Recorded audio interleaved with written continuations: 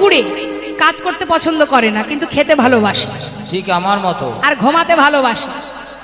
এখন বাড়ির গিন্নি সে রেগে গিয়ে স্বামীকে বলেছে, দেখো তুমি রোজগার করবে না, শুধু বসে বসে খাবে আর ঘুমাবে, এ বাড়িতে তোমার কোনো জায়গা নেই, চলে যাও। এখন বারবার গিন্নি বলে বলে তার একটু রাগ হয়ে গেছে, সে বাড়ি থেকে বেরিয়ে গেছে। বেরিয়ে গিয়ে চিন্তা করছে কোথায় গেলে খাওয়াটা পাবো আর ঘুমটা পাবো, যেখানে খাওয়া আর ঘুম পাবো সেখানে গিয়ে থাকবো। তাহলে লোকের বাড়িতে গেলে তো কাজ করে খেতে হবে, সেখানে যাওয়া যাবে না, এমন জায়গায় যেতে হবে সেখানে খাওয়া আর ঘুমটা আমি পাবো। কোথায় যাওয়া যায়? আশ্রমে চলে যাব, নিতাই গৌর হরি বল, বাবা যাবে। এখন আশ্রমে গিয়ে বলছে, এই যে হ্যাঁ বলো বলো। ও প্রভু, তুমি কি এই আশ্রমে থাকো? হ্যাঁ হ্যাঁ। বলছি তোমাদের আশ্রমে কতবার খেতে দেয় গো? কতবার মানে? দুবার। দুবার? না, এখানে থাকা যাবে না, দুবারে আমার হবে না, তিনবারই দরকার। ঠিক আছে প্রভু, আসছি। আবার আর এক মঠে গিয়ে সেখানে গিয়ে বলছে, এই যে ও প্রভু, তুমি কি এই আশ্রমে থাকো? বলি তোমাদের আশ্রমে কতবার খেতে দেয় গো? তিনবার। এখানেই থাকা যাক। তিনবার দেবে যখন, অপ্রভু তাহলে বলি শোনো না, তোমাদের এই মন্দিরে আমি থাকতে চাই। এখন প্রভু কি করলেন, তাকে কি তাড়িয়ে দেবে? বলছে ঠিক আছে থাকো। এখন যে ঘরে জায়গা দিয়েছে থাকবার, পাশের ঘরে ভগবানের ভোগ রান্না হয়। প্রতিদিন সকালবেলা ওই বিভিন্ন রকমের গন্ধ পায়, ফোড়নের গন্ধ, পায়েসের গন্ধ, হ্যাঁ নানাবিধ গন্ধ পায়, আর মনে মনে ভাবে বেশ খাওয়াটা আজকে জমবে। একদিন হয়েছে কি মা, এইভাবে রান্না হয় আর সেবা করে, নতুন এসেছে তো কিছু একটা বলে না, ভাগবত কথা শ্রবণ করে। এখন এইভাবে দিন যেতে যেতে যখন 15 দিন হলো, 15 দিন পরে এলো একাদশী। একাদশীর দিন তো রান্না হয় না। হঠাৎ ঘুম থেকে উঠে কোনো গন্ধ টন্ধ পাচ্ছে না, চিন্তা করছে কি ব্যাপার, কোনো গন্ধ পাচ্ছি না কেন, তবে কি আজকে রান্না হচ্ছে না? বেরিয়ে এসে বলছে, ও প্রভু, হ্যাঁ কি হলো? এই তোমাদের মন্দির থেকে, রান্নাঘর থেকে কোনো গন্ধ টন্ধ পাচ্ছি না, কি ব্যাপার বলো তো? আজকে রান্না টান্না হবে না। কেন হবে না? আজকে একাদশী। একাদশী? সে আবার কি জিনিস? আজকে উপোস থাকতে হয়। উপোস? বাবা উপবাস। আমি দেখো, আমি কিন্তু উপোস টুপোস থাকতে পারবো না। শোনো, আমাকে খাওয়ার ব্যবস্থা করো। বললাম না আজকে মন্দিরে রান্না হবে না, আজ একাদশী, খাওয়া যাবে না, খেলে হয়তো একটা দুটো ফল দিতে পারি, তার বেশি দেয়া যাবে না। দেখো না ও প্রভু, আমি না খেয়ে থাকতে পারি না।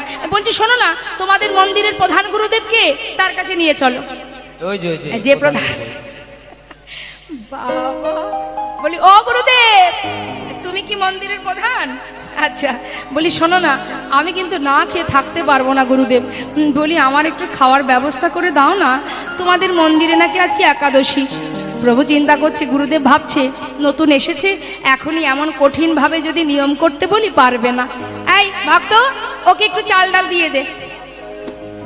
চাল ডাল দিয়ে বলছে, যাও ওই নদীর ধারে পাতা লতা গুছিয়ে রান্না করে নিজের মতো খাবে, তবে দেখো এখানে যেন এসো না, ওইখানে খাবে, তবে খাওয়ার আগে একটু প্রভুকে দিয়ে খাবে, কেমন? ঠিক আছে ঠিক আছে। সহজ সরল মন মা সেই চাল ডাল নিয়ে নদীর ধারে গিয়ে রান্না করেছে। রান্না করে গালে দিতে যাবে, হঠাৎ গুরুদেবের কথা মনে পড়ে গেছে, প্রভুকে দিয়ে খেতে হবে। সঙ্গে সঙ্গে ডাকতে আরম্ভ করেছে, হে প্রভু রামচন্দ্র, তুমি একবার এসে সেবা করো, তাড়াতাড়ি এসো। ডাকছে কিন্তু আসছে না। ও জানে দিয়ে খাওয়া মানে তাকে ডেকে বসিয়ে খাওয়িয়ে তাই খেতে হবে। সে তো আর জানে না নিবেদন করে খাওয়া যায়। ডাকছে, একভাবে ডাকছে, ওই যে ও প্রভু, তাড়াতাড়ি এসো, আজ কিন্তু মন্দিরে খাওয়া জুটবে না, আজ মন্দিরে একাদশী আছে, যদি খেতে চাও আমার কাছে এসো।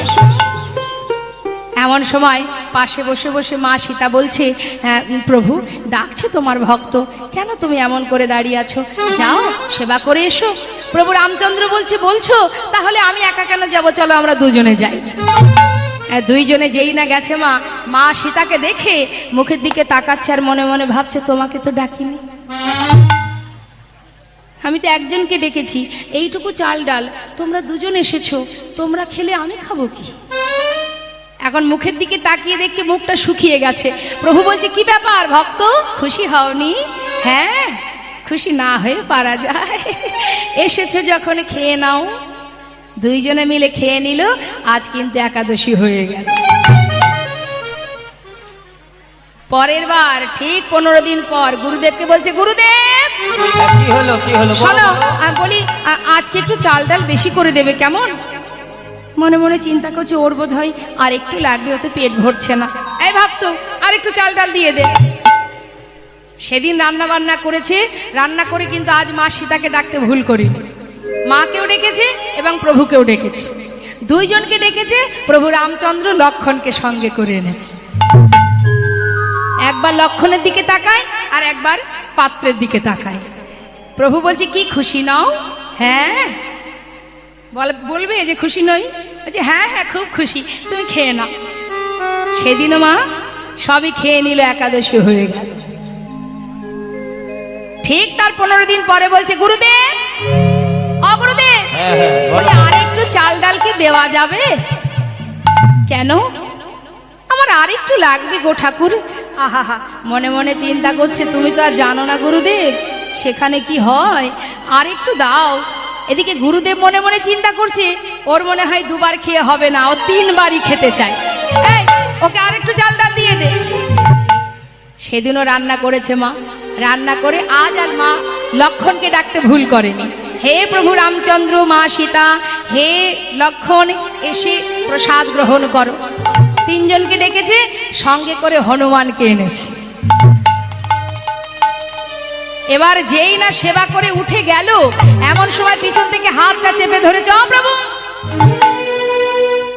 দাঁড়াও, যাচ্ছ যাও, আজ একটু বলে যাও দেখি এর পরের দিন আর কজনকে নিয়ে আসবে।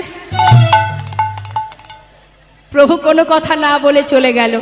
ঠিক তার 15 দিন পর গুরুদেবকে বলছে, গুরুদেব তুমি জানো না গুরুদেব, ওই নদীর ধারে কি কি হয়, কত ভগবান যে আসে।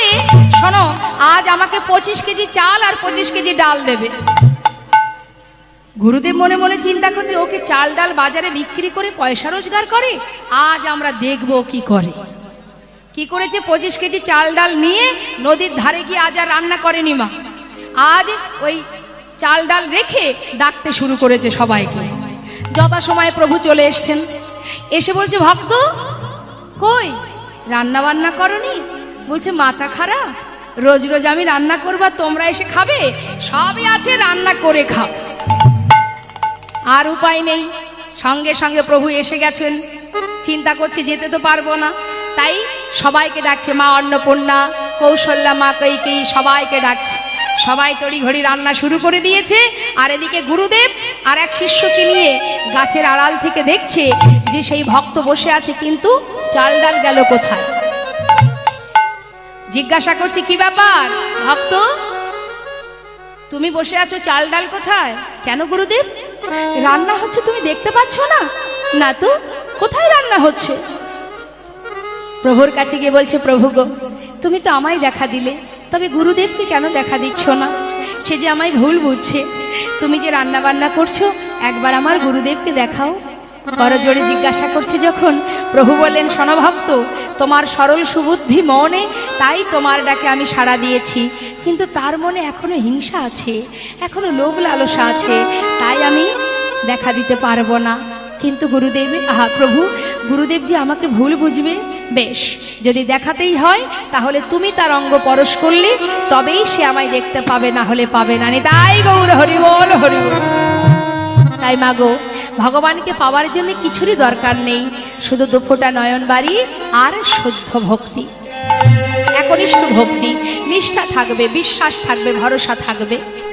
আজ দেখুন, অদ্বৈত আচার্য প্রভু যেই না বলেছে, নিত্যানন্দ প্রভু বলছে, শোনো অনিমায়, আমি তোকে মিথ্যা বলিনি ভাই।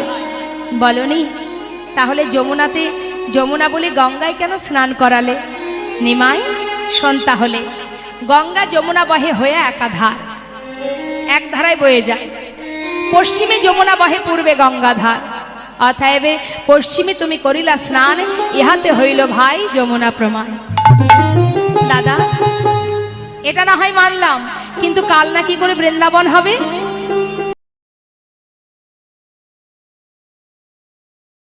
কি প্রীতি ছাড়া রহে,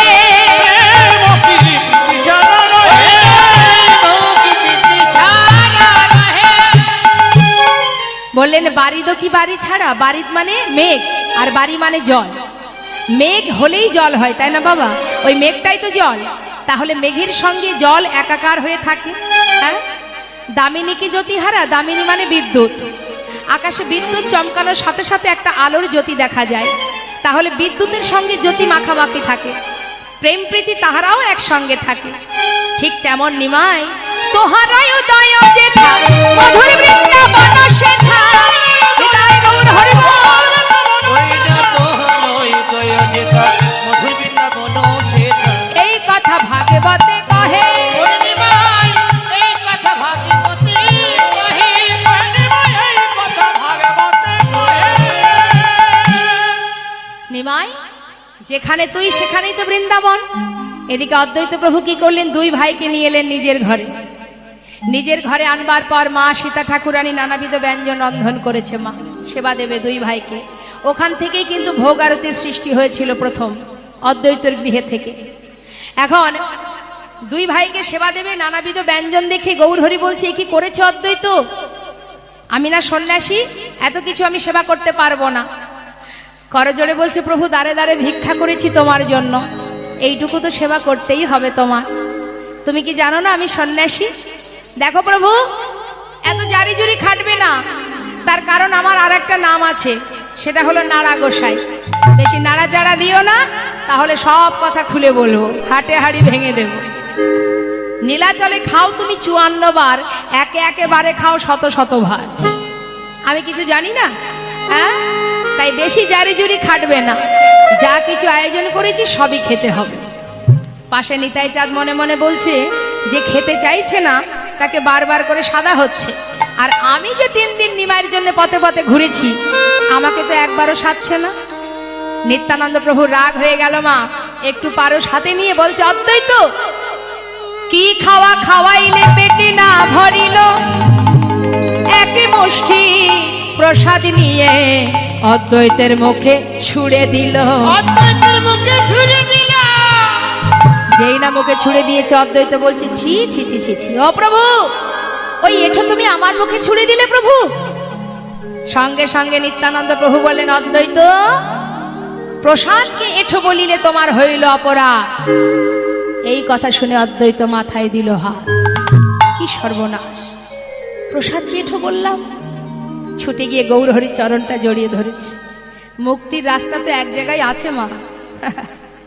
যখন কোনো জায়গায় রাস্তা পাবেন না, একমাত্র গৌর চরণে ছুটে চলে যাবে। প্রভুর চরণে গিয়ে দাঁড়িয়েছে, প্রভু গো, আমি প্রসাদকে এঠো বলেছি, এই ঝোটা বলেছি, আমি এঠো বলেছি, আমার অপরাধ, আমি কি করে খণ্ডন করব প্রভু? গৌর হরি বলছে, শান্ত হও, শোনো অদ্বৈত, চিন্তা করো না, সতিক সন্ন্যাসী যদি করহ সেবন, তবে সে অপরাধ তোমার হইবে খণ্ডন। 100 সন্ন্যাসী সেবা দিয়ে দাও, অপরাধ খণ্ডন হয়ে যাবে। 100 সন্ন্যাসী কোথায় পাবো দয়াময়? বলুন দেখি মা, 100 সন্ন্যাসী একসঙ্গে পাওয়া বড় কঠিন না? অদ্বৈত প্রভু যেই বলেছে, গৌর হরি বলছে, চিন্তা করো না, 100 সন্ন্যাসী যদি একসঙ্গে না পাও, আমি তো সন্ন্যাসী, আমাকে না হয় একদিন একদিন করে 100 দিন সেবা দিয়ে দিও নি। তাই গৌর হরি বল, হরি বল, হরি বল। করজোড়ে বলছি, প্রভু কত সহজেই তুমি আমার বিপদ থেকে রক্ষা করলে, তুমি তো সেই বিপদ ভঞ্জন, দয়াময় আশীর্বাদ করো, 100 দিন কেন, যেন যুগে যুগে সেবা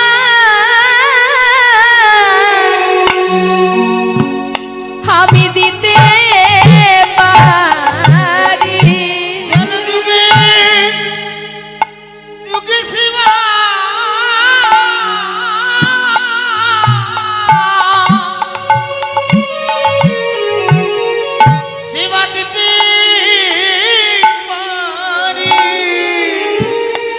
জীবের দারে দারে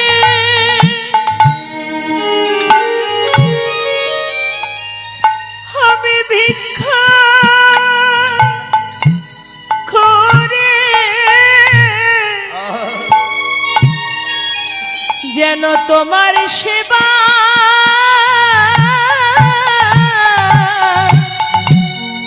আমি দিতে পারি।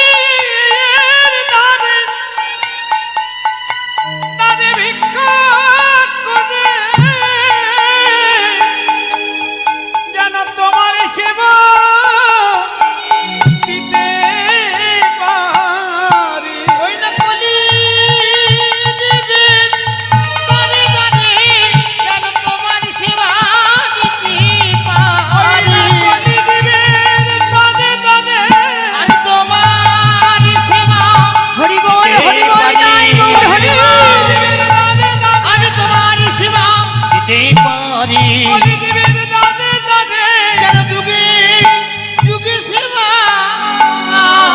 দিতে পারি। দুই ভাইকে সেবা দিলেন অদ্বৈত আচার্য প্রভু মা সীতা ঠাকুরানী। এমন সময় নিত্যানন্দ প্রভু বলছে, নিমাই তুই তাহলে বিশ্রাম কর, আমি একটু নবদ্বীপে যাই। দাদা, নবদ্বীপে গিয়ে সবাইকে জানাও সবাই যেন শান্তিপুরে আসে, আমি সবার সঙ্গে দেখা করতে চাই। আবার জিজ্ঞাসা করছে, ও নিমাই সবাই আসবে তো? হ্যাঁ দাদা, শুধু একজনকে এনো না। কে সে? আর কেউ নয়, বিষ্ণুপ্রিয়া। নিত্যানন্দ প্রভু নয়নের জলে বুক ভাসিয়ে কাঁদছে। মা, কি করে দাঁড়াবো তার সামনে? শাশুড়ি সচি মায়ের জন্য একটা চতুর্দোলনা নিয়েছে, কারণ বয়স হয়েছে, হাঁটতে পারবে না। চতুর্দোলনা নিয়ে গোটা নদিয়াবাসীকে নিমন্ত্রণ জানিয়ে মা সচি মায়ের অঙ্গনে এসে ডাকছে, মা ও মা। মা সচিমা বলছে, কি নিতাই এসেছিস বাবা? আমার নিমাই কোথায়? ও মা, তাড়াতাড়ি তৈরি হয়ে নাও মা, তোমার জন্য চতুর্দোলনা এনেছি, তোমায় নিয়ে যাব। আছে গো আছে, তোমার নিমাইকে ধরে এনেছি শান্তিপুরে অদ্বৈত গৃহে। মা বলছে, তাই নাকি? দাঁড়া দাঁড়া নিতাই, আমি তো একা যাব না, আমার বৌমা আছে, সে যে অপেক্ষা করে বসে আছে, পথের দিকে তাকিয়ে বসে আছে। ওরে বৌমা, ও বৌমা, শিগগিরই তৈরি হয়ে নাও, বলেছিলাম না নিমাইকে আমি ঠিক ধরে আনবো। যাও যাও, তাড়াতাড়ি তৈরি হও, তৈরি হয়ে চলো, আমরা দুইজনে গিয়ে নিমাইকে ঘরে নিয়ে আসি। নিত্যানন্দ প্রভু চিন্তা করছে, সর্বনাশ, বিষ্ণুপ্রিয়ার তো যাওয়া হবে না, কি করে বলবো মাকে? আবার ডাকছে, মা কিরে আবার ডাকছিস কেন?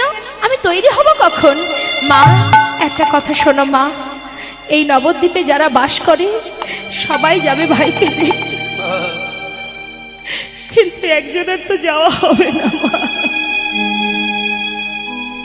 মা বলছে, কার যাওয়া হবে না নিতাই? ও মা, আর কেউ নয় মা, আমাদের ঘরের কুলবধূ বিষ্ণুপ্রিয়া।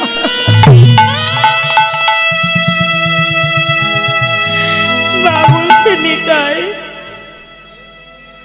কেন এসেছিস তাহলে? তুই কার জন্য এসেছিস? আমাকে নিয়ে যাবি বলে? ওরে যে সন্তান মাকে কাঁদিয়ে চলে যায়, যার কথা ভাবতে ভাবতে কাঁদতে কাঁদতে আমার মনটাকে আমি কঠিন করে ফেলেছি, আজ যদি তাকে দেখতে নাও যাই আমার কোনো দুঃখ নেই, কিন্তু আমি মা হয়ে ওই অভাগিনীকে কাঁদিয়ে নিমাই দেখতে যাব না। হরিবল হরিবল।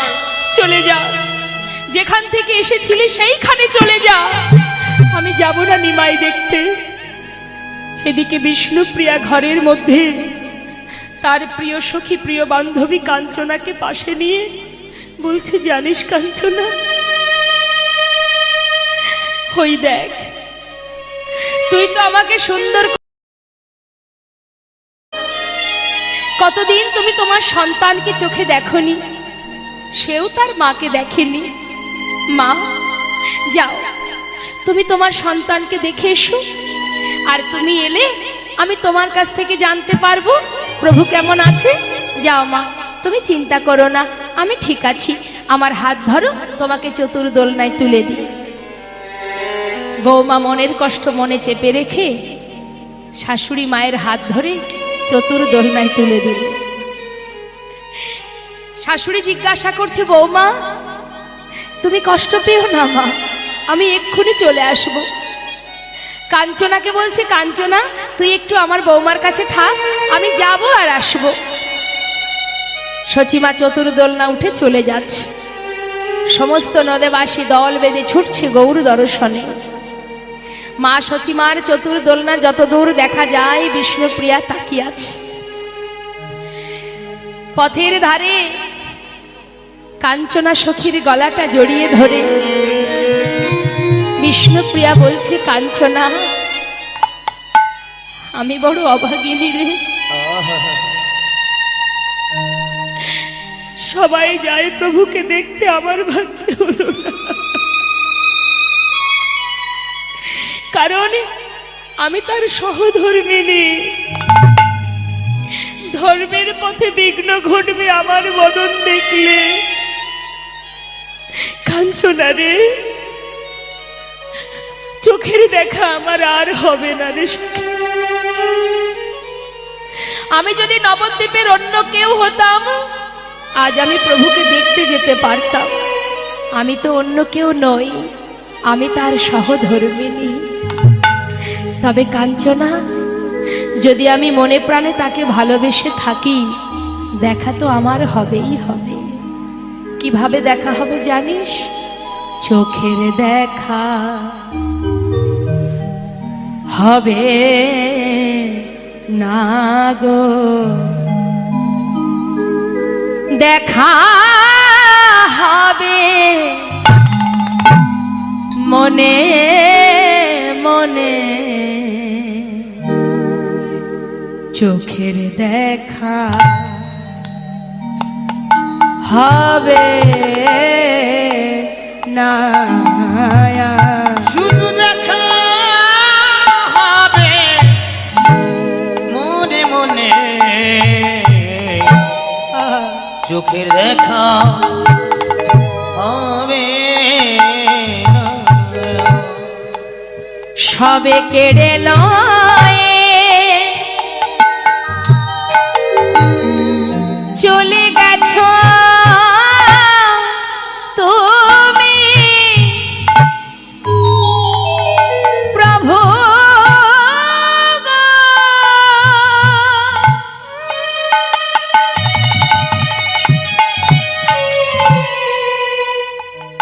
সবে কেড়ে লয়ে চলে গেছ তুমি,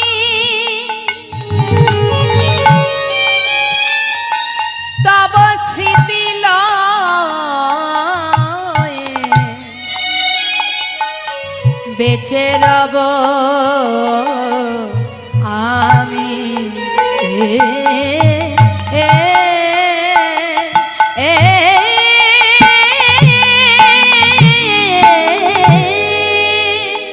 সব কেড়ে লয়ে কেড়ে লয়ে গেছো তুমি।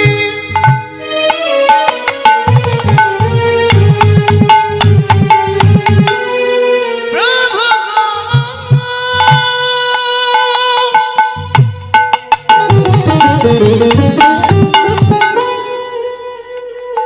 প্রভু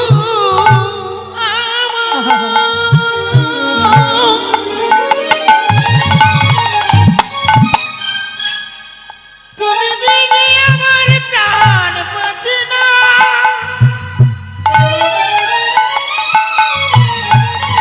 প্রভু গো আমার,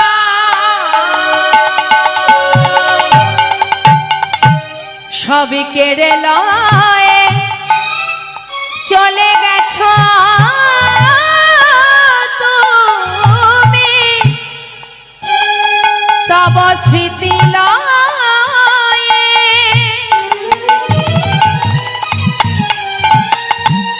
ওগো বেঁচে রব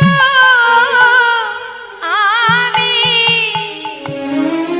অন্তরের ব্যথা জানে অন্তর অন্তরে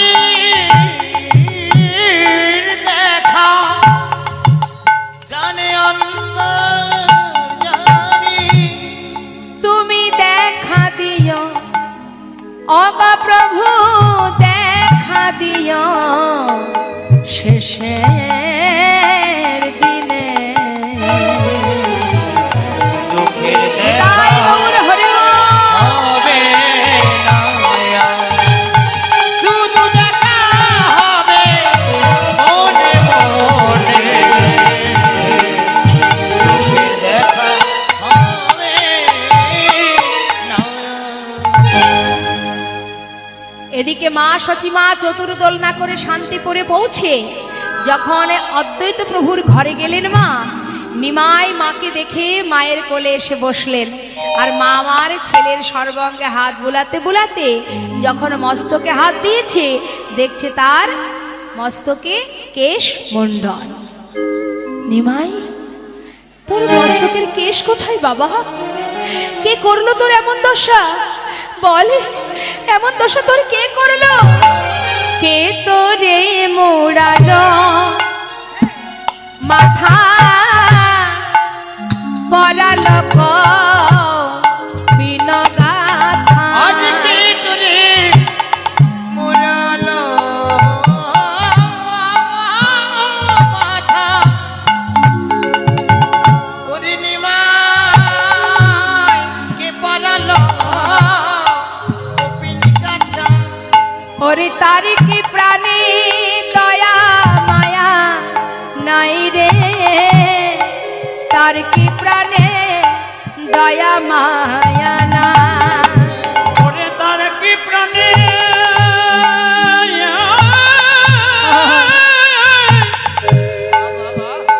নানা দয়া মায়া নাই রে,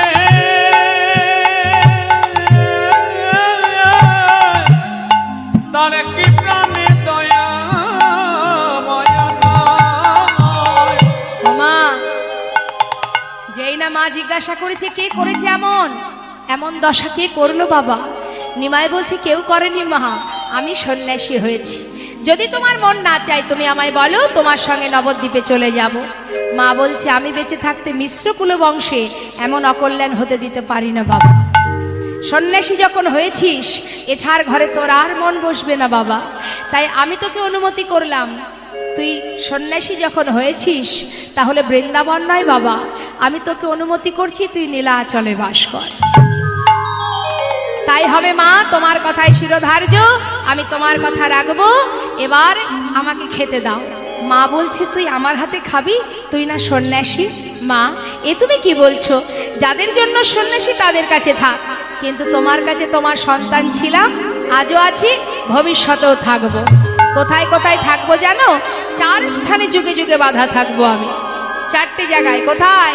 শ্রীবাসের অঙ্গনে, রাঘব ভবনে, নিত্যানন্দের নর্তনে, আর শচী মায়ের রন্ধন। আর সচি মায়ের রন্ধনে যুগে যুগে থাকবো বাধা এই 4 স্থানে। এবার খেতে দাও। মা কোলে বসিয়ে খাওয়াচ্ছে। গৌর নিতাই সেজেছে ভালো, ওই মায়ের কোলে সেজেছে ভালো। জয়নেতা জয় গৌরে। আসুন আমরা একটু ভজন শুনে নিই। মা বসুন। কি হলো? মাজা ব্যথা হয়ে গেল? না না, সেবা বাবু সেবা। ও, সেবা করতে যাচ্ছেন? বসুন বসুন, এরপরে আরো ভালো কীর্তন হবে। আসুন বসুন।